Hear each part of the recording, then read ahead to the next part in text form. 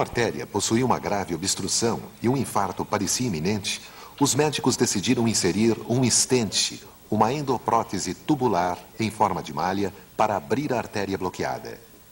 Esse é um procedimento de rotina, mas os estudos recentes indicam que alguns pacientes têm resultados igualmente bons com um tratamento intensivo utilizando medicamentos. O problema cardíaco de George é provocado pela arteriosclerose, depósitos de placas de gordura na parede da artéria. Em artérias coronárias sadias, o sangue flui livremente. Em artérias doentes, há um acúmulo de gordura nas paredes na forma de placas. Com o avanço da doença, as placas passam a obstruir a passagem do sangue, impedindo que o oxigênio e os nutrientes cheguem ao coração. Com isso, de tempos em tempos, surgem sintomas como dores no peito e falta de fôlego. No entanto, os infartos muitas vezes não são provocados por placas que se depositam sobre as paredes das artérias em si, mas por aquelas que ficam escondidas dentro dela. Uma das coisas mais assustadoras das doenças de artérias coronárias é que não dão sinais por muito tempo. Pode haver a formação de uma placa que não cause qualquer problema, não provoque sintomas nem apareça nos exames, mas de repente ela se rompe. Rompe e provoca a formação de um coágulo, que obstrui o restante da artéria e leva a um infarto. E essa é a causa mais comum dos infartos. É o que mata as pessoas, muitas vezes no auge de suas vidas. Todas as placas são perigosas, mas algumas estão prestes a se romper. Atualmente, os cientistas tentam descobrir uma forma de identificar as placas instáveis, enquanto médicos tentam ajudar os pacientes a minimizar os riscos. A ideia agora é controlar a doença coronária nas suas artérias. Se a obstrução fosse mais acima, perto de onde a artéria sai, seria muito perigosa. E quando ela se fecha, geralmente causa um grande dano ao coração. Sua obstrução está na porção central e ainda pode causar um grande dano. Isso com certeza vai afetar sua vida, mas não é tão letal como as lesões mais próximas. O colesterol, quando examinamos, estava em 230. É um número muito alto para quem tem arteriosclerose, como no seu caso. Georgia não tem hipertensão arterial, mas seu nível de colesterol a põe em risco.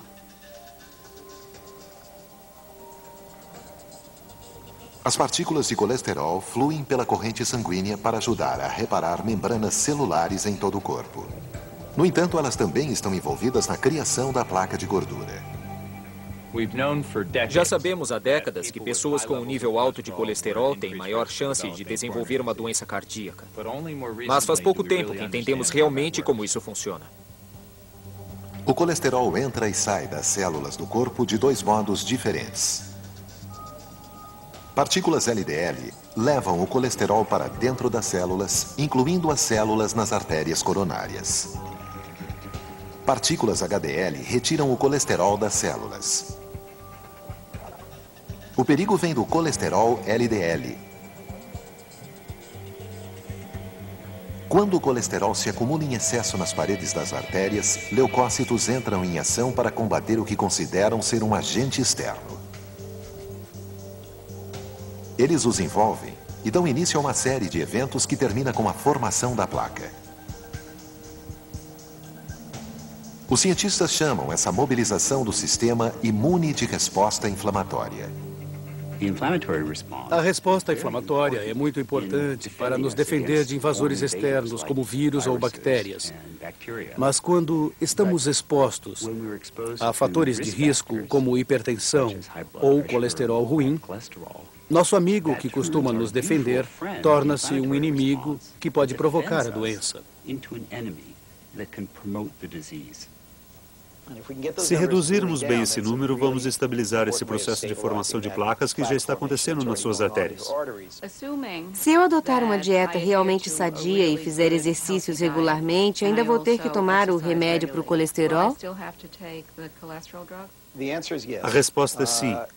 Normalmente, a dieta e o exercício abaixam o nível do colesterol de 10 a 15%. No seu caso, por já ter problemas nas artérias, não vai ser suficiente. Além de fazer exercícios e de controlar a dieta, Georgia, assim como muitos pacientes com doenças cardíacas ou com alto risco de desenvolver essas doenças, terá de tomar medicamentos, estatinas, pelo resto da vida. O colesterol forma-se principalmente no fígado. As estatinas inibem a produção do colesterol, reduzindo drasticamente a quantidade disponível para invadir a parede da artéria coronária. Reduzindo o colesterol ruim no sangue, você reduz a entrada dele na artéria. Assim, o estilo de vida é importante, mas não basta, sobretudo para quem já tem uma doença cardíaca. Por isso, para essas pessoas, o uso de medicamento para reduzir o colesterol é fundamental. Mas a droga não deve ser a primeira linha de tratamento. A cardiologia contemporânea prioriza o estilo de vida. E devemos levar em conta que isso tem um preço, tanto econômico quanto em termos de efeitos colaterais das drogas. É preciso trabalhar com o paciente para pesar riscos e benefícios em cada caso.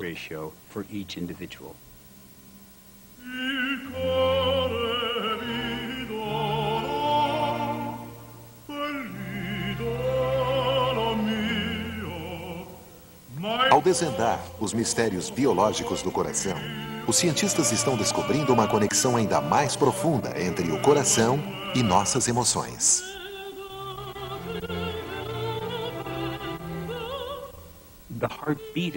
O batimento cardíaco em si e a força com que o coração bate reflete nossas emoções. Quando estamos assustados, o batimento sobe. Se temos um pesadelo, podemos acordar com o coração batendo forte no peito, como se quisesse sair. Também o amor e o carinho podem mudar o batimento do coração.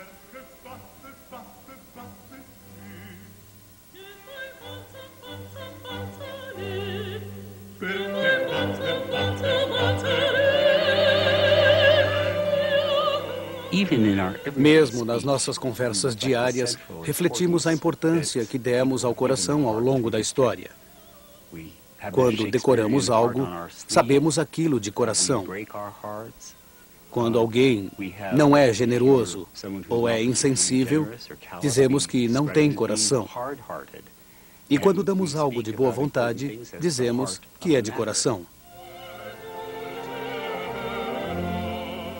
Atualmente, estamos apenas começando a compreender o verdadeiro poder da conexão entre o coração e a mente. Essa conexão é tão forte que a mente pode literalmente fazer um coração saudável parar de bater. Sharon Lawson quase morreu por causa de um choque emocional transmitido diretamente para o coração. Tivemos uma mulher que estava se sentindo perfeitamente bem e que de repente ficou muito doente, como se tivesse tido um ataque cardíaco. Mas não havia qualquer obstrução em suas artérias e isso nos deixou perplexos. A filha de Sharon estava prestes a se casar e Sharon estava muito animada. Mas poucos meses antes do casamento, Sharon recebeu uma notícia devastadora. Uma radiografia de rotina revelou uma mancha em seu pulmão. 12 anos antes, Sharon havia vencido uma batalha contra o câncer. Ela temia que a doença tivesse retornado e foi ao hospital John Hopkins fazer uma biópsia. Eu não tinha histórico de doenças cardíacas. Estava preocupada com o câncer. Pensava em todas as coisas que ainda queria ver. Minha filha estava terminando a faculdade de medicina e ia se casar com um ótimo rapaz da Academia Naval. A cerimônia seria na nossa cidade. Eu queria muito viver, não morrer. Estávamos muito animadas com todos os preparativos do casamento, o chá de panela, ver os detalhes, a escolha do vestido de noiva, todas essas coisas. No entanto, nesse mesmo período, Sharon recebeu a notícia de que o câncer poderia ter voltado. Mais do que tudo, ela queria estar presente ao casamento da filha. A impossibilidade seria uma grande decepção. De repente, eu me senti fraca, muito fraca, e gritei pedindo ajuda. Os médicos vieram correndo. Quando a examinamos, a pressão arterial era praticamente inexistente. Na mesma hora, concluímos que ela estava tendo um ataque cardíaco. Eu estava consciente enquanto conduzia uma maca pelo corredor.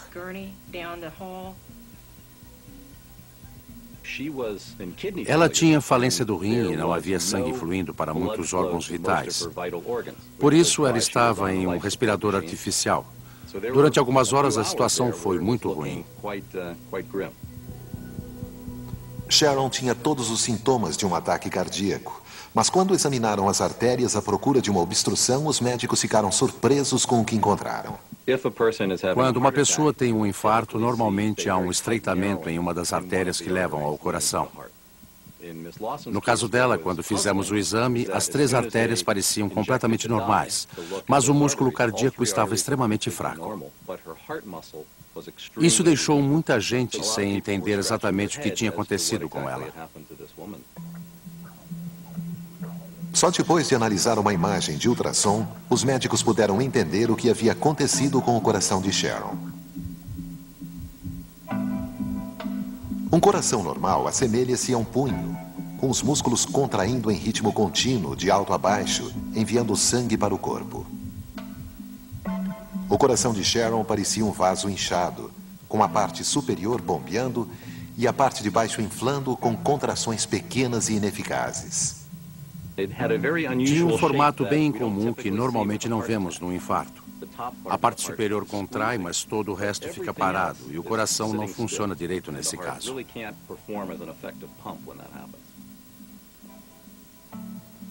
Felizmente para Sharon, o Dr. Whitstein tinha visto casos semelhantes e deu até um nome a eles: Síndrome do Coração Partido.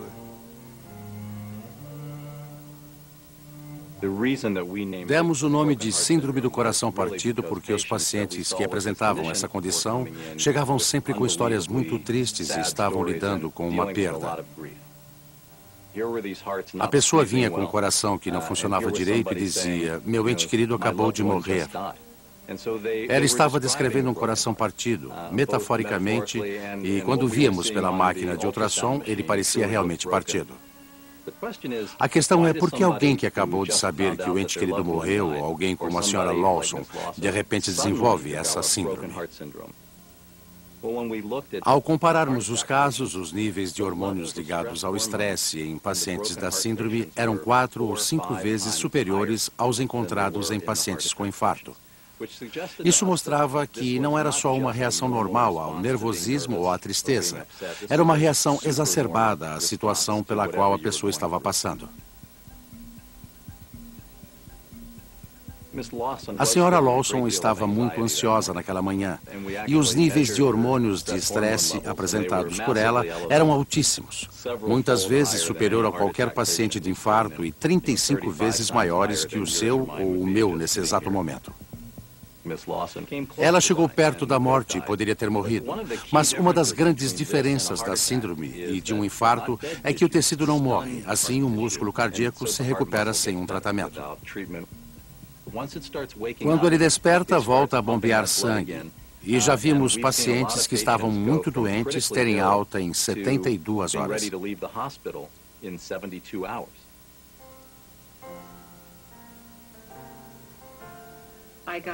Eu pude ir ao casamento. Foi melhor até do que esperávamos. Parentes e amigos na nossa igreja, onde nossos filhos cresceram. Foi um desses momentos muito especiais que não queremos perder, e eu não perdi. Fiz um check-up e meu coração está ótimo. O colesterol está um pouco alto, mas o coração está perfeito. Não houve dano algum. O formato estranho assumido pelo coração desaparece e o músculo cardíaco volta a bombear novamente. O coração não cresce, fica do mesmo tamanho, e o coração da senhora Lawson continuou do tamanho normal depois disso. Ela está muito bem, o que é típico de pacientes com a síndrome do coração partido.